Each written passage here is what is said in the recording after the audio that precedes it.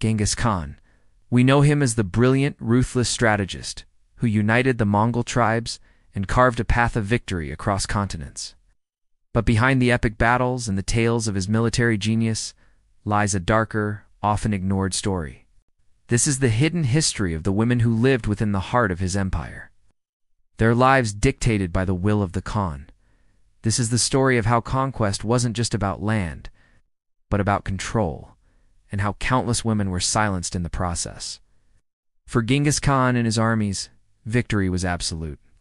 When they conquered a new territory, it wasn't just the land and treasure that were claimed. The people themselves became spoils of war. Women from defeated tribes, kingdoms, and cities were taken by the thousands. They weren't just captives. They were symbols of the Mongols' total domination. Contemporary chroniclers, from Persia to China, document how the Khan and his generals took wives and concubines from the conquered populations. This wasn't just a byproduct of war. It was a deliberate strategy, a fundamental part of the Mongol system of control. Imagine the heart of this vast empire, Genghis Khan's royal court. It wasn't just a center of political power. It was a sprawling, complex world populated by women from every corner of the known world. Persian nobles, Chinese princesses, Russian commoners, and Central Asian captives were all brought into this system. For many, this was the beginning of a life where their past was erased. Their names were changed, their heritage stripped away, their identities reshaped to fit their new role. Their lives were subject to the Khan's whims. They could be chosen for his favor, moved between households, or dismissed without a second thought. In this high-stakes environment, survival depended on absolute obedience.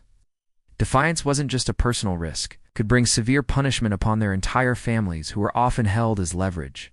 It was a life lived on a knife's edge, where silence and compliance were the only paths to survival. In the Mongol Empire, personal relationships were inseparable from political strategy. Marriage was a tool for forging alliances. The daughters of powerful tribal leaders and allied kings were married to Genghis Khan or his sons to seal treaties and ensure loyalty.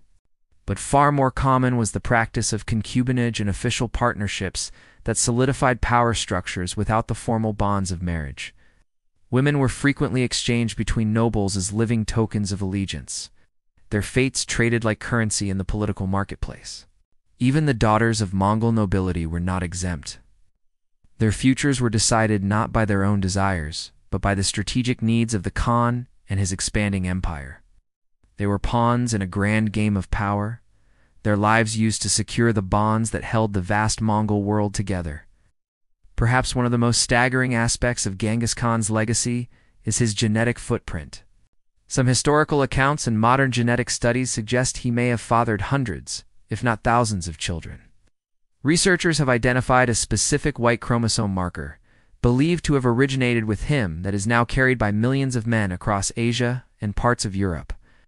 This isn't a story about a large family built on love and partnership. It's the biological evidence of a legacy built on systematic conquest and the control of women.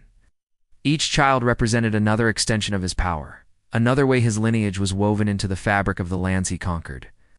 This genetic proliferation was, in itself, a form of conquest, ensuring his dominion would last for generations.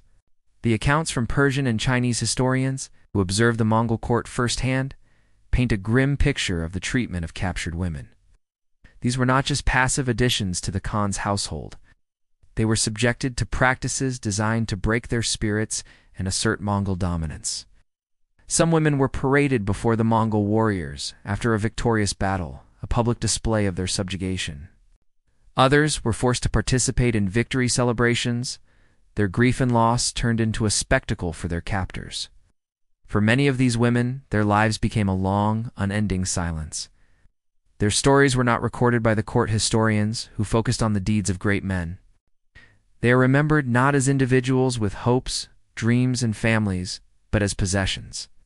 Their identities absorbed into the vast, impersonal machinery of the empire. History has a tendency to simplify complex figures. We often praise Genghis Khan as a unifier, a lawgiver who brought the Silk Road under one rule, and a military visionary whose tactics are still studied today. And while those aspects of his reign are true, they are only part of the story. By focusing solely on the glory of his conquests, we overlook the immense human cost. The untold suffering of the women within his empire is a crucial, yet often forgotten chapter. Behind the glittering facade of imperial power was a world where women were systematically stripped of their autonomy, their bodies and lives treated as instruments of statecraft. They were the silent architects and victims of an empire built on their backs. So, as we remember Genghis Khan, the world shaker, the conqueror who redrew the map of the world, we must also remember those whose voices were lost in the thunder of his cavalry. The story of his empire is not complete without acknowledging the countless women who were silenced forever. Their names may not appear in the grand chronicles, and their individual stories may have faded with time. But their collective experience is a haunting echo that lingers in the shadows of history. It is the untold side of a legacy that is far more complex and far more tragic than the legends would have us believe. Thank you so much for joining us on this journey into a lesser-known part of history. If you found this story compelling, please hit that like button, subscribe to our channel, and ring the bell so you don't miss our next exploration into the hidden stories of the past. We'll see you in the next video.